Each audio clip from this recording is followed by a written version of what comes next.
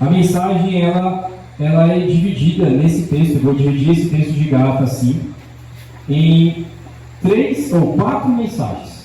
Então a gente vai estudar esse texto de Gálatas 5, do 16 em diante, e nós olharemos para o fruto do Espírito. Olharemos para a carne versus o Espírito. Um bichinho pousou bem aqui no meu óculos.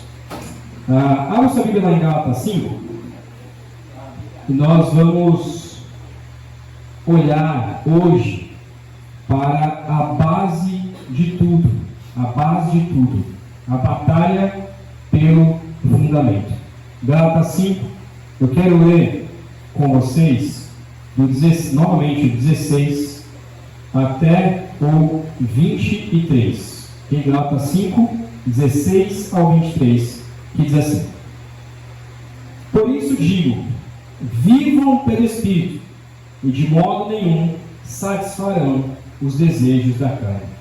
Pois a carne deseja o que é contrário ao Espírito, o Espírito o que é contrário à carne. Eles estão em conflito um com o outro, de modo que vocês não fazem o que desejam. Mas se vocês são guiados pelo Espírito, não estão debaixo da lei.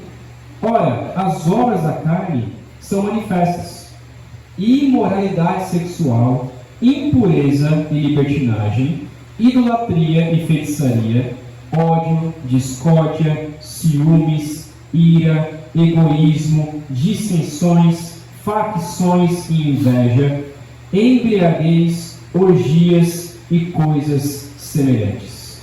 Eu os advirto como antes já os adverti. Aqueles que praticam estas coisas não herdarão o reino de Deus.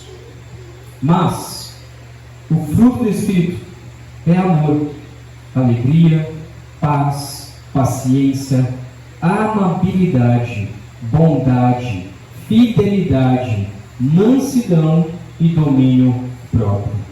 Contra essas coisas não há lei. Amém?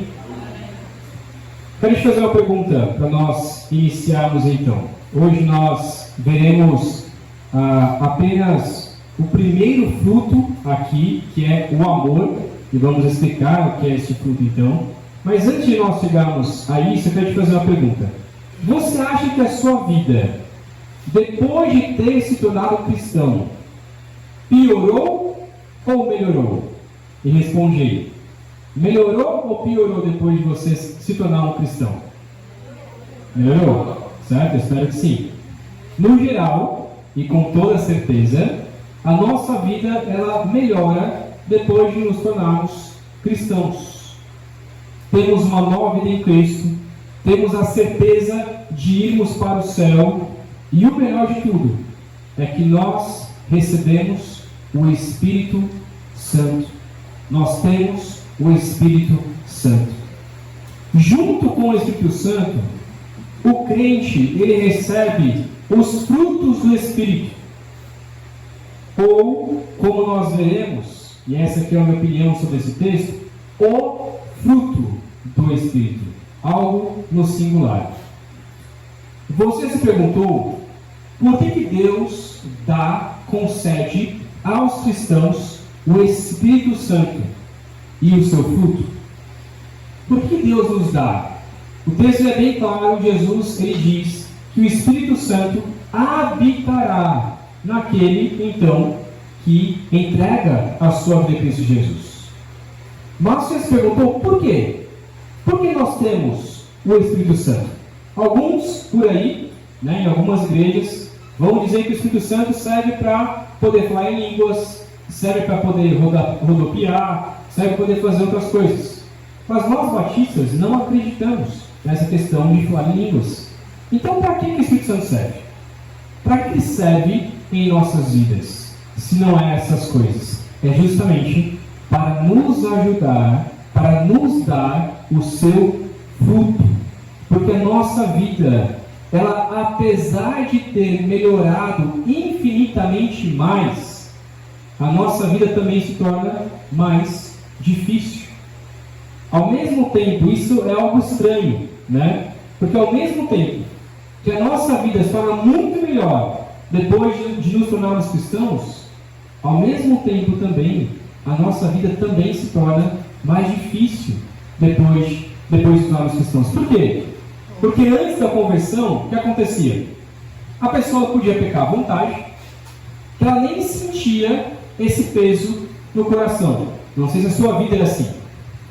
Mas talvez antes de ser cristão, você pecava à vontade, você curtia o carnaval, você ia para o lugar que você quisesse.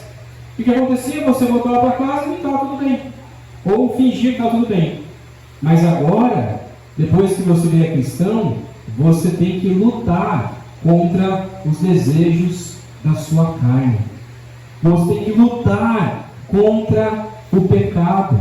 Por quê? Porque ainda neste mundo mal habita em nós o mal, o pecado. E é uma guerra que nós devemos enfrentar todos os dias. Todos os dias devemos enfrentar uma luta. Nós lutamos contra o pecado, contra o nosso pecado todos os dias de nossa vida, a cada segundo. Talvez agora, alguns irmãos aqui, não vou nem falar o nome, talvez estão lutando contra o sono. Dizendo, rapaz, quando que essa mensagem vai acabar? Eu quero minha rede, eu quero descansar. E você está lutando contra isso. Você quer descansar, você quer dormir. Então, uma luta constante aí no seu coração. Talvez você não quer nem prestar atenção. Talvez você não está nem aí com a mensagem. Por quê? Porque isso é uma guerra que nós enfrentamos a cada segundo. Este mal também é o que Paulo vai chamar de obras da carne, como está escrito em Gálatas 5, 19 a 21. Você percebe como que essas obras da carne, elas têm nomes difíceis? E algumas versões mais antigas, como a que o Lucas leu aqui também, ainda parece que traz um peso maior sobre o pecado. Por quê? Porque a sociedade hoje, o que ela faz com os nomes do pecado? Ela não está nem mais. Ela suaviza, justamente. Aquilo que antes, para nós, era considerado como mentira ou blasfêmia, palavras difíceis e pesadas, hoje, não, ele só falou uma mentirinha. Aquilo que antes era considerado como prostituição, como imoralidade sexual, hoje ele só faz algumas coisinhas aqui e ali. Suaviza aquilo que o pecado de fato é. Eu quero ler novamente essas obras da carne. Olha comigo, Gálatas 5, 19 a 21. As obras da carne são manifestas: imoralidade sexual, impureza e libertinagem, fazer o que as pessoas querem do seu corpo e da sua vida, idolatria e feitiçaria. Não é idolatria, é veneração. Idolatria. Não é idolatria, é porque eu sou fã. Ele é meu ídolo, mas não é idolatria. Como assim não é seu ídolo? Ele é seu ídolo, é sua idolatria, é o seu Deus. A gente coloca como deuses em nossas vidas muitas coisas e muitas pessoas. Ódio, discórdia, ciúmes. Olha como o texto está dizendo, ciúmes. Aquele ciúminho que eu tenho do meu marido é pecado? É. Tem zelo? Sim, eu tenho que ter zelo. Mas o ciúmes descontrolado é pecado. Ira, egoísmo, dissensões, facções, inveja, embriaguez, orgias e coisas semelhantes. Tudo isso aqui é o que o mundo faz, trocando os nomes, suavizando os nomes. Ele encerra dizendo, eu os advirto como antes já os adverti. Que os que praticam essas coisas não herdarão o reino de Deus. A ideia aqui é aquela pessoa, ela não luta contra o pecado, mas ela peca desenfreadamente. Essas obras da carne são os nossos pecados diários. Cada um de nós temos uma luta diferente e um pecado diferente. Uns são mais propensos a pecar talvez na impureza, na sexualidade. Outros talvez tendem a pecar mais por meio do ódio. Eu não aguento, eu fico estressado todo dia. Eu odeio aquela pessoa. Outros é por causa dos ciúmes. Outros por causa da ira. Outros por causa do egoísmo. Outros sentem inveja. E outros não aguentam ver um pouquinho de álcool que já quer virar. Já quer virar. Meus irmãos, cada um de nós somos propensos a um tipo de pecado. Alguns mais do que os outros. A questão é, como nós devemos lutar contra esses pecados? Paulo está escrevendo para os cristãos que estavam caindo em 2 erros aqui. Os Gálatas estavam caindo em 2 erros, e Paulo está admirado que em pouco tempo eles já estavam caindo nesses erros.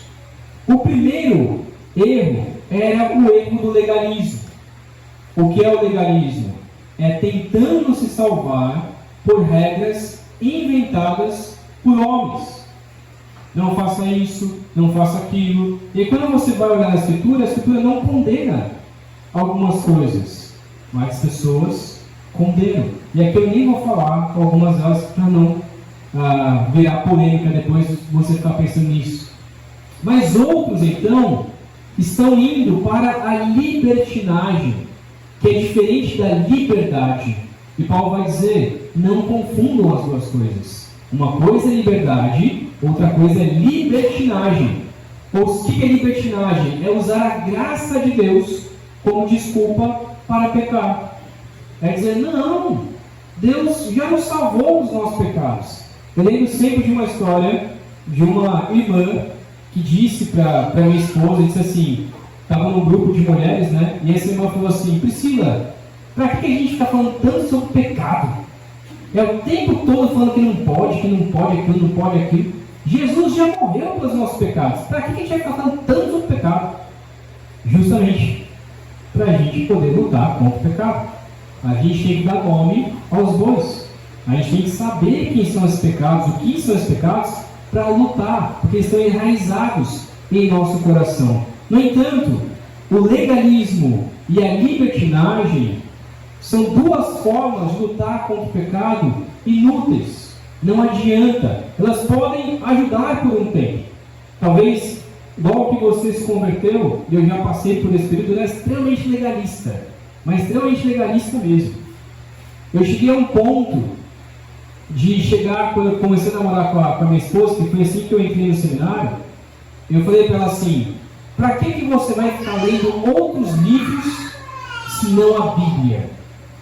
O que importa é a Bíblia. Para que ficar lendo outros livros além da Escritura? E além de livros que eram cristãos, que ajudavam na fé, mas eu me tornei tão legalista a esse ponto de falar que a Bíblia, só a Bíblia prestava, e qualquer outro livro não interessava, né? Claro que só a Bíblia presta no sentido de que ela é a palavra de Deus. Mas os outros livros, é claro que nos ajudam, principalmente os cristãos, vão nos ajudar na fé. E eu cheguei a este ponto a outras questões também bem legalistas. Ajuda por um tempo. Ajuda no começo da conversão, talvez. Mas depois de um tempo, vai afastando aquela pessoa de Cristo Jesus. Os versículos 16 e 17, então, Paulo nos dá a chave. Como que nós devemos viver? Se eu não posso nem ser legalista, e se eu não posso nem ser libertino, liberal, o que eu tenho que fazer? Como que eu tenho que viver? 16 e 17 diz, por isso eu digo, vivam pelo Espírito. E se vocês viverem pelo Espírito, de modo nenhum satisfarão os desejos da carne. Como nós devemos viver? Por meio do Espírito. Por meio do Espírito Santo. Pois a carne deseja o que é ao contrário ao Espírito. O Espírito deseja o que é ao contrário à carne. Eles sempre estão em conflito um com o outro. Até uma forma que a gente não faz aquilo que nós desejamos. Por quê? Porque aquilo que nós desejamos, a nossa vontade é uma vontade carnal. E por isso tem que ser guiado sempre pelo Espírito Santo. Paulo está fazendo aqui um grande contraste entre viver pelas obras da carne e viver pelo Espírito. As obras da carne aqui estão no plural. Perceba, ele diz, as obras da carne são manifestas. A ideia aqui é de um barulho de fábrica. Quem já entrou em uma fábrica, principalmente uma fábrica fechada, sabe que fica aqueles batuques e não sei o que, todo aquele negócio desordenado. Não é uma melodia. Tanto é que na maioria das fábricas o que usa é aquele tapão para a pessoa não ficar doido.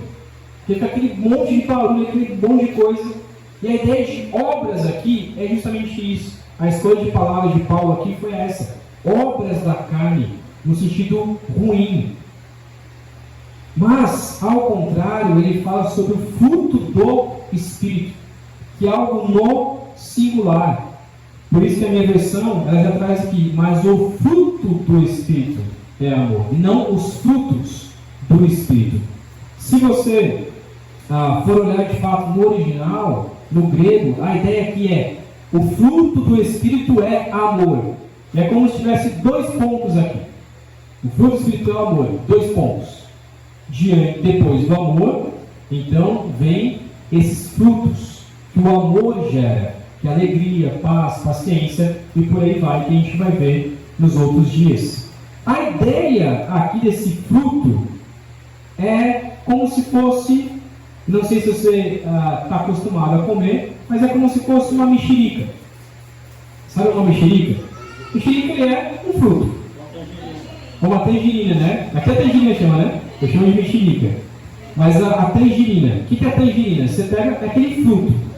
Mas quando você corta ali, você abre, enfia o dedo ali de baixo, aí vai abrir, né? Aí o dedo fica aquele cheiro de tangerina. E aí quando você abre, o que tem? Dentro ali da tangerina, tem os seus, como chama aqui? Como? Eu não entendi. Bagre? Olha, para mim isso é novidade. Também eu chamo de gomo. O bagre, né? Eu chamo de gomo. Aí o bagre ali que você vai tirando, é como se fosse esses frutos. É como se fossem esses outros frutos. Então, o que é o fruto do Espírito? O fruto do Espírito é como se fosse a tangerina, que é o amor, é essa tangerina.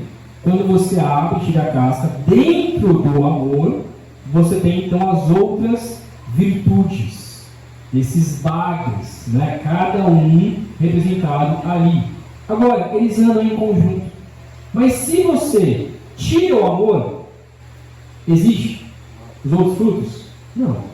Que é o que nós veremos hoje. O fruto do Espírito não é, então, uma lista de tarefas que você vai ticando.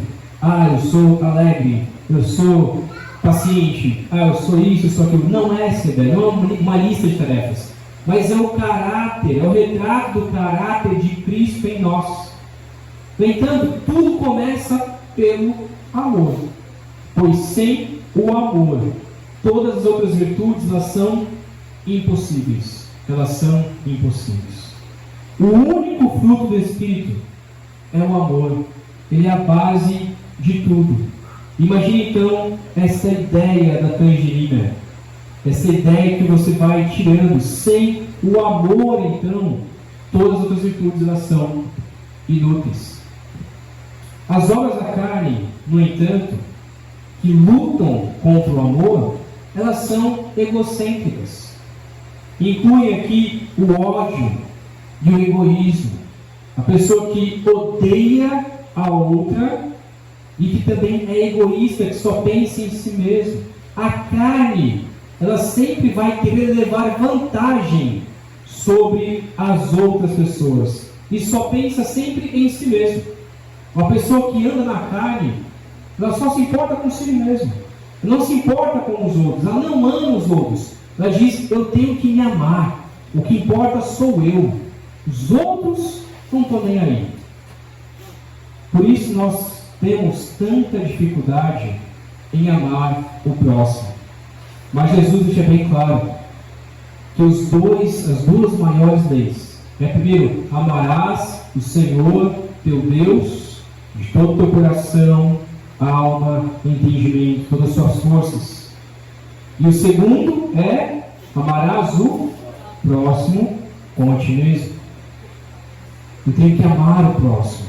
Eu tenho que amar outras pessoas. Mas o nosso coração quer servir a mim mesmo.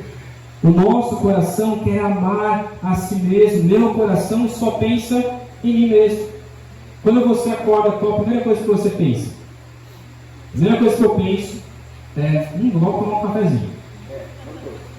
Lucas também, né? Já acorda. Primeira coisa que eu penso é, poxa, podia ficar mais 5 minutinhos aqui. Podia ficar mais uns 10. Aí vai passando o tempo, poxa, podia descansar um pouco mais. Depois eu vou tomar um café. Depois vou lavar meu rosto, vou tomar um banho, vou trocar de roupa. Só depois, de eu pensar nessas coisas, que eu vou pensar na minha esposa. Minha esposa, está aqui do meu lado, do meu lado. Só depois de pensar o que eu vou fazer no dia que eu olho para minha esposa. Por quê? Porque o meu coração já tende a pensar em mim mesmo. Eu já acordo pensando em mim. Eu vou dormir pensando, poxa, estou cansado, preciso dormir. Mas a gente não está nem aí com a pessoa que está do nosso lado, se ela está bem ou se não está bem, se ela precisa de nós ou não. A gente só pensa em nós. Quando eu vou comer, e isso aqui já estou falando com alerta, mas é porque isso é enraizado no meu coração. Mas uma coisa que eu acho feio, acho muito feio, é quando a gente vai servir a comida e você já é o primeiro lá. Não, estou aqui, você é o primeiro a comer. E aí enche o prato com a sua comida e bota tudo que você quer, porque o que importa é eu comer e não importa os outros. Meus irmãos, a gente tem que sempre ser o último da fila. Meu irmão, passa na frente, pode ir, coma e comer um pouquinho.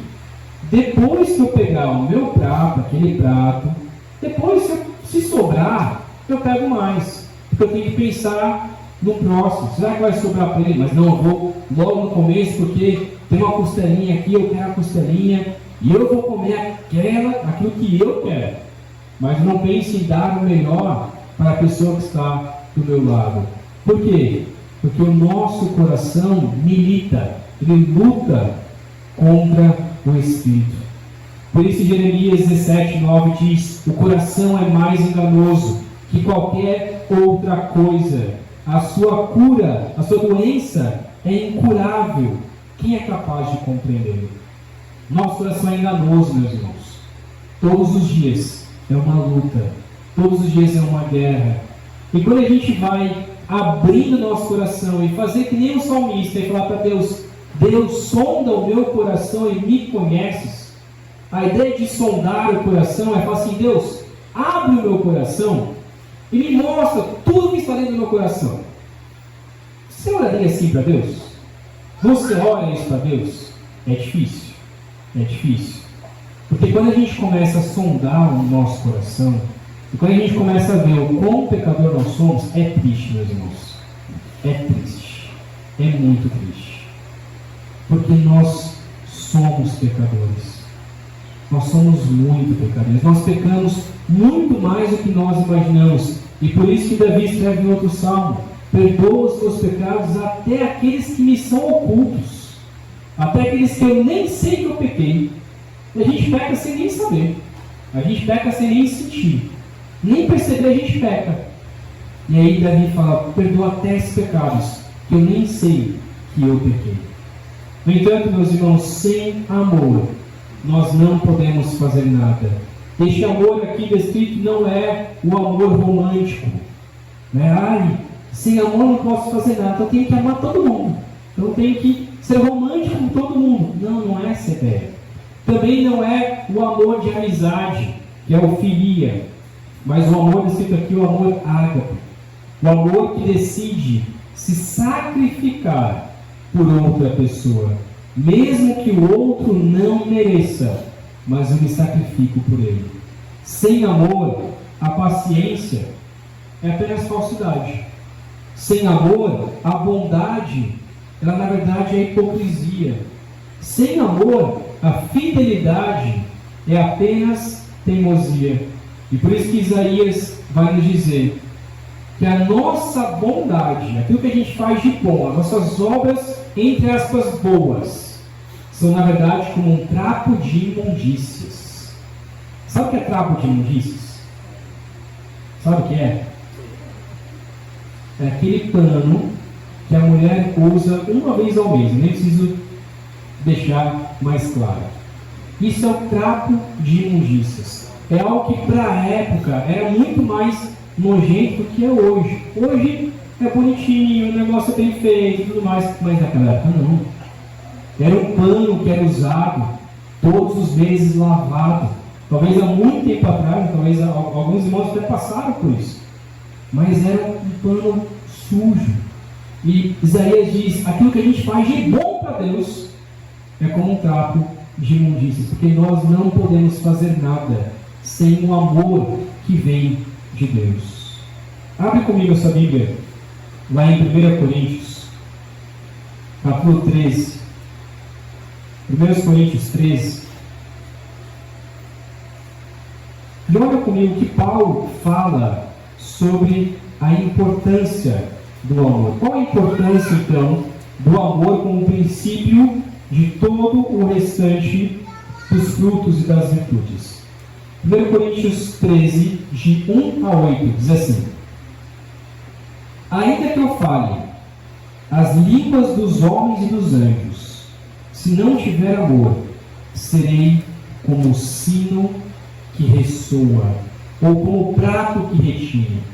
Ainda que eu tenha o dom de profecia, saiba todos os mistérios e todo o conhecimento, e tenha uma fé capaz de mover montanhas, se eu não tiver amor, nada serei. Ainda que eu dê aos pobres tudo o que eu possuo, e entregue o meu corpo para ser queimado, se não tiver amor, nada disso me valerá. Nada disso me valerá. Versículo 4.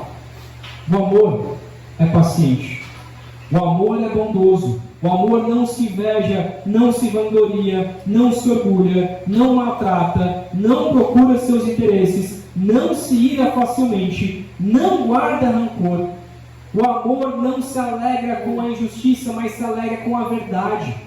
Tudo sofre, tudo crê, tudo espera, tudo suporta.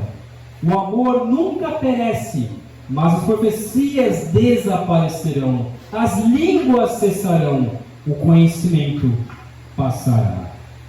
O que Paulo está colocando aqui é que muitas das coisas que nós valorizamos, sem amor, não vale de nada.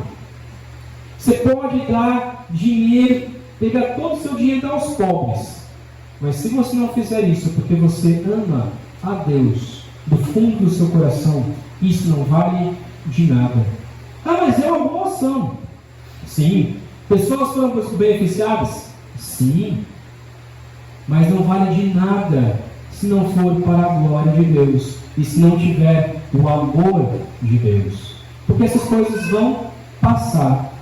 Sem o amor nós não podemos fazer nada. É impossível ter qualquer outra virtude, que é o que nós começaremos a ver amanhã sobre essas virtudes, sem o amor de Deus. Mas para que tenhamos o amor, devemos entender que Jesus é a encarnação do amor. Jesus é o ágape. O texto mais claro e conhecido, demonstrando que Jesus é amor, está lá em Romanos 5, versículo 8, em que eu falei aqui, que diz assim: mas Deus demonstra seu amor por nós, que Cristo morreu em nosso favor, quando ainda éramos pecadores. Jesus é a encarnação do amor. E Jesus provou seu amor na cruz.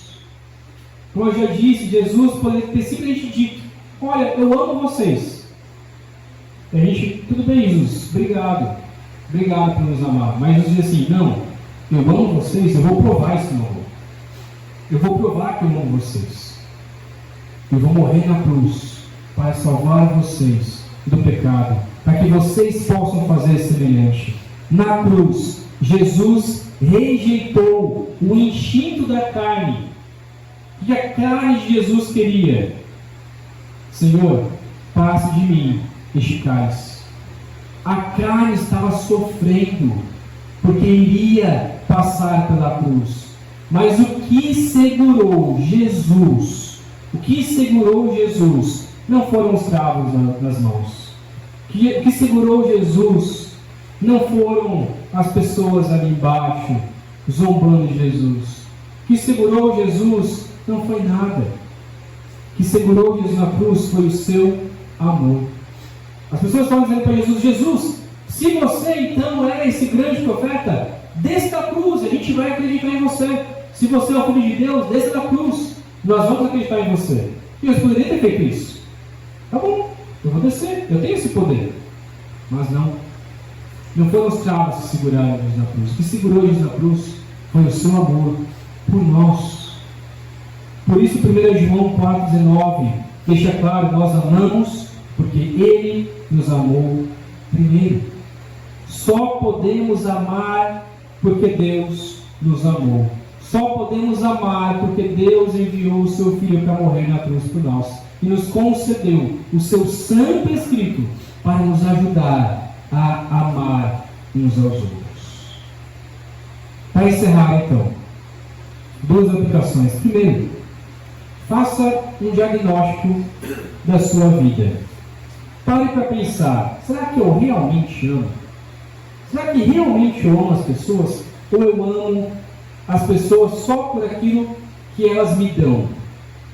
Por exemplo, é fácil amar a esposa. Vamos ser sinceros, é fácil amar a esposa. Por quê? Faz aquele cafezinho todo dia de manhã, aquele almoço, aquela comida gostosa, aquele carinho, aquele cafuné. Aí é fácil. Tem briga? Tem. Mas no final das contas, é fácil amar a esposa. É fácil a esposa amar o marido. Tem parte difícil? Tem parte difícil. Mas você amar aquela pessoa que todo dia no trabalho começa a te irritar. Você amar aquela pessoa na faculdade que te olha torto e fica o tempo todo mandando de você, fica o tempo todo brigando com você, enchendo o seu saco. Rapaz, é difícil. Você amar aquela pessoa que de propósito te irrita. Você amar aquela pessoa no futebol que vai ter amanhã, que vai ser difícil amar aquela pessoa que vai dar uma caneta medinha. Isso é difícil. Amar o flamenguista é difícil. É difícil amar. É difícil amar. Por quê? Porque o nosso coração é enganoso. É difícil amar as pessoas. Eu quero que você pense: será que realmente eu amo as pessoas? Não por aquilo que elas são ou podem me dar, mas simplesmente porque eu amo aquelas pessoas. O amor de Jesus por nós não foi quando Jesus te amou e morreu na cruz por você. Não é porque você é bondoso, não.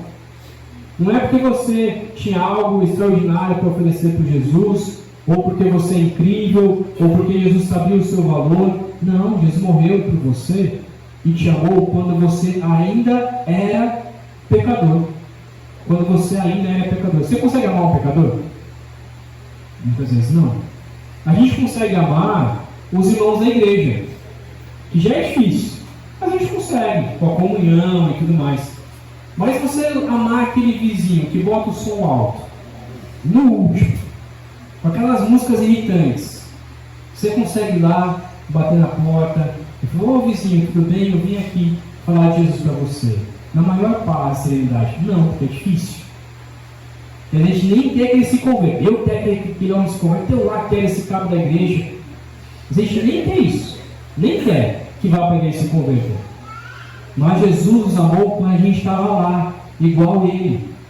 Igual aquela pessoa que é um pecador. Segundo, transforme o seu amor não só em sentimento. Transforme o seu amor em ação, em algo prático. Eu queria que você escolhesse, que você pensasse em alguém que é difícil de amar, mas é muito difícil mesmo, que talvez você não tenha intimidade alguma, que você não gosta dela, que você não vai com a cara daquela pessoa. Eu queria que você escolhesse a pessoa, pensasse, ou talvez não seja algo tão sério assim, mas talvez uma pessoa que você não tem intimidade, você talvez nunca conversou, está na igreja tanto tempo, mas você nunca deu uma boa noite, nunca sentou para conversar. E eu queria que você transformasse em uma ação prática. Sabe o que você vai fazer? amanhã, e aproveite que tem talvez metade dos irmãos aqui, e aí o restante não vai entender o que a gente vai fazer aqui. Amanhã, você vai fazer algum ato de serviço para uma pessoa que você não tem intimidade alguma, ou talvez você nem goste. O que é um ato de serviço?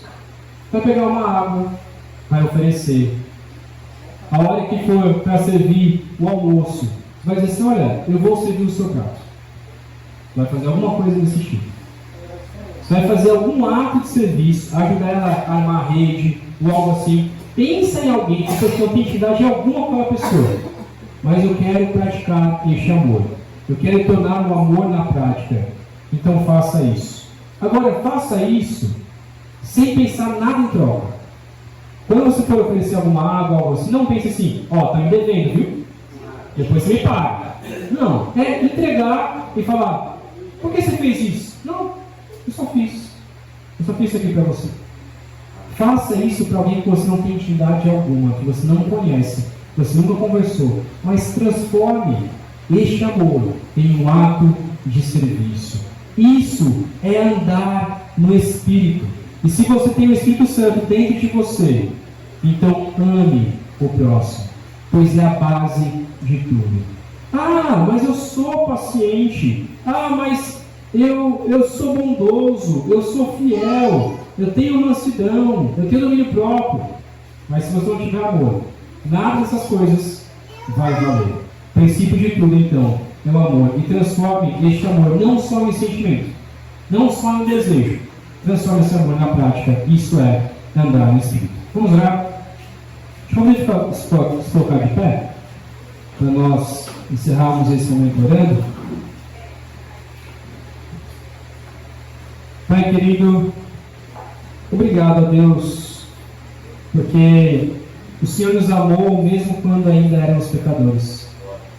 Obrigado por ter enviado Cristo Jesus para morrer na cruz por nós, para que nós possamos entender este amor e viver este amor na prática. E que por meio do seu Santo Espírito que nos capacita, ó Pai, a viver, nos capacita a amar uns aos outros. Ó Pai, por meio desse Santo Espírito, obrigado que nós podemos viver este amor na prática. E eu peço, ó Pai, que teu Santo Espírito esteja conosco esses dias, esse dia aqui, para que nós possamos amar uns aos outros e viver, começar a viver este amor aqui nesta igreja, para que cada vez mais o nosso amor uns pelos outros se intensifique, nós possamos, ó Pai, ser reconhecidos como a igreja, não só a PIB de Pirapuluca, mas também todas as igrejas, ó Deus, da nossa região, possamos ser reconhecidos como a igreja, como pessoas que amam uns aos outros, porque nós temos o Espírito Santo habitando em nossas vidas. Assim oramos, pedindo a sua graça, em nome de Cristo. Amém.